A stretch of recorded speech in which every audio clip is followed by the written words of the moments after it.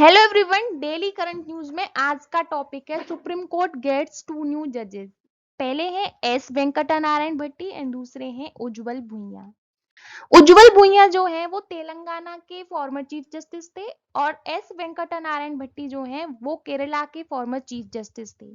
इन दोनों ने अभी recently chief justice of India DY Chandrachud के समक्ष शपथ ली थी और अब सुप्रीम कोर्ट के जजों की संख्या 32 पहुंच गई है, जो कि मैक्सिमम स्ट्रेंथ जो है वो 34 है।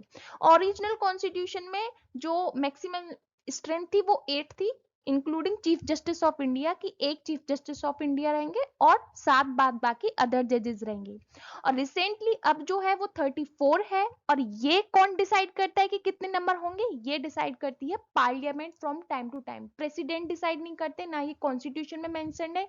ये डिसाइड करती है पार्लियामेंट टाइम टू टाइम कि कितने जजेस होंगे। अभी 34 जजेस हो सकते हैं, including chief justice of India. एक चीफ जस्टिस रहेंगे और बाद बाकी जो 33 है वो अदर जजेस रहेंगे।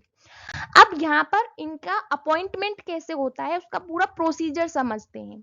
कॉन्स्टिट्यूशनल स्टेटस भी देखेंगे और करंट स्टेटस भी देखेंगे। कॉन्स्टिट्यूशनल स्टेटस क्या है वो समझिए। आर्टिकल 124 के अकॉर्डिंग सुप्रीम कोर्ट के जजेस का अपॉइंटमेंट जो करते हैं वो प्रेसिडेंट करते हैं, किससे कंसल्टेशन करने के बाद। एज सच नंबर ऑफ जजेस, एज सच जजेस of supreme court and high court as he deemed necessary, जिससे भी वो नेसेसरी समझे सुप्रीम कोर्ट और हाई कोर्ट के जजेस से, उनसे कंसल्टेशन करने के बाद वो सुप्रीम कोर्ट के जजेस को अपॉइंट करते हैं।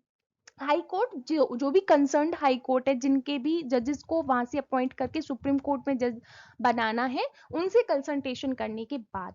लेकिन ये डिफरेंट हो जाता है करंट स्टेटस में। करंट स्टेटस में क्या है, जुडिशरी का रोल है कि एक कॉलेजियम सिस्टम होता है, वो हम आने वाली स्लाइड में डिस्कस करेंगे।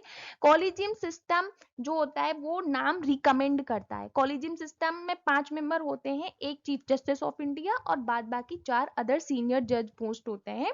वो एक नाम रिकमेंड करते हैं, उस नाम को फिर गवर्नमेंट को फॉरवर्ड किया जाता है और फिर एग्जीक्यूटिव का रोल स्टार्ट होता है कि वो जो रिकमेंड वाला नाम है उसे लॉ मिनिस्टर रिसीव करते हैं और उस नाम को वो पीएम को फॉरवर्ड करते हैं, जो कि उस नाम को प्रेसिडेंट को फिर एडवाइस करते हैं कि हमें किस जज को अपॉइंट करना है सुप्रीम कोर्ट में। ठीक है, अब ये था इसका स्टेटस। अब यहाँ पर ये समझिए कि सुप्रीम कोर्ट के जो जजेस होते हैं उनकी एलिजिबिलिटी क्या है। ये तो सिंपल है कि वो सुप्रीम सिटीजन ऑफ इंडिया होने चाहिए, या तो उन्होंने हाई कोर्ट में एज ए जज 5 ईयर काम किया हो, या फिर हाई कोर्ट में एज एन एडवोकेट उन्होंने 10 ईयर काम किया हो, या फिर वो प्रेसिडेंट की आइज में एज एन एमिनेंट जूरिस्ट हो, ठीक है, या फिर डिस्टिंग्विश्ड जूरिस्ट हो। अब कॉलेजियम सिस्टम क्या है? कॉलेजियम सिस्टम बेसिकली जजेस के अपॉइंटमेंट और उनके ट्रांसफर से रिलेटेड होता है। ये कॉलेजियम सिस्टम ना तो ओरिजिनल कॉन्स्टिट्यूशन में कहीं पर मेंशन है, ना ही अमेंडमेंट के थ्रू इसे कॉन्स्टिट्यूशन में लाया गया है। ये बेसिकली एक स्टैट्यूटरी सिस्टम है, ठीक है, जिसे बनाया गया है थ्रू लॉ। अब यहाँ पर जो कॉलेजियम सिस्टम है इसमें 5 मेंबर होते हैं। एक तो चीफ जस्टिस ऑफ इंडिया होते हैं और इसके अलावा 4 और सीनियर मोस्ट जज होते हैं। अगर इन 4 सीनियर मोस्ट जजेस में से किसी ने भी 2 ने उस पक्ष में अपना मत नहीं दिया तो फिर चीफ जस्टिस ऑफ इंडिया उस नाम को रिकमेंड नहीं कर सकते हैं। ठीक है, अब और अब समझते हैं कि जुडिशरी में कॉलेजियम सिस्टम का इवैल्यूएशन कैसे हुआ। पहले फर्स्ट जजेस केस हुआ था 1981 में। यहाँ पर क्या था कि जो नाम रिकमेंड किया जाता था वो चीफ जस्टिस ऑफ इंडिया का इंडिविजुअली ओपिनियन होता था और उस रिकमेंडेशन को गवर्नमेंट कोई भी इंपॉर्टेंट रीजन बताकर रिफ्यूज कर सकती थी। और ये जो रूल था ये आने वाले अगले 12 सालों तक यही रहा कि अगर चीफ जस्टिस ऑफ इंडिया का कोई अपना इंडिविजुअल ओपिनियन है तो उसको गवर्नमेंट कोई भी इंपॉर्टेंट रीजन बताकर उसको फिर क्या कर सकती है, रिफ्यूज कर सकती है। ठीक है, और फिर यहाँ पर आता है सेकंड जजेस केस 1993।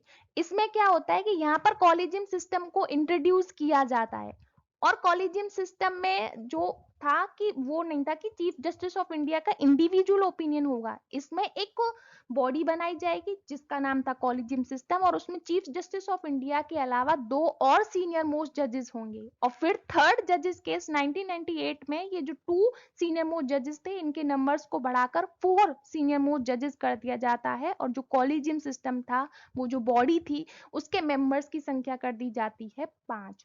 फिर 2014 में फिर से बदलाव आता है और एनजेएसी कमीशन बनाया जाता है, जिसमें जो था एक 6 मेंबर बॉडी बनाई जाती है कि 3 जो होंगे वो जुडिशरी के मेंबर होंगे, 3 जो होंगे वो नॉन जुडिशरी के मेंबर होंगे। लेकिन फिर यहाँ पर आर्टिकल 50 का हवाला देते हुए कि यहाँ पर जब सेपरेशन हो चुका है एग्जीक्यूटिव का और जुडिशरी का, तो इसमें एग्जीक्यूटिव क्यों इन्वॉल्व हो रहा है, फिर उसको नल एंड वॉइड कर दिया जाता है और वापस से कॉलेजियम सिस्टम आ जाता है, और अभी भी कॉलेजियम सिस्टम ही वर्क कर रहा है। तो ये था कॉलेजियम सिस्टम और अपॉइंटमेंट ऑफ सुप्रीम कोर्ट जजेस कैसे होता है। अगर आपको वीडियो पसंद आया तो प्लीज वीडियो को लाइक करना, शेयर करना और मेरे चैनल को प्लीज सब्सक्राइब करना। Thank you so much for watching, keep watching.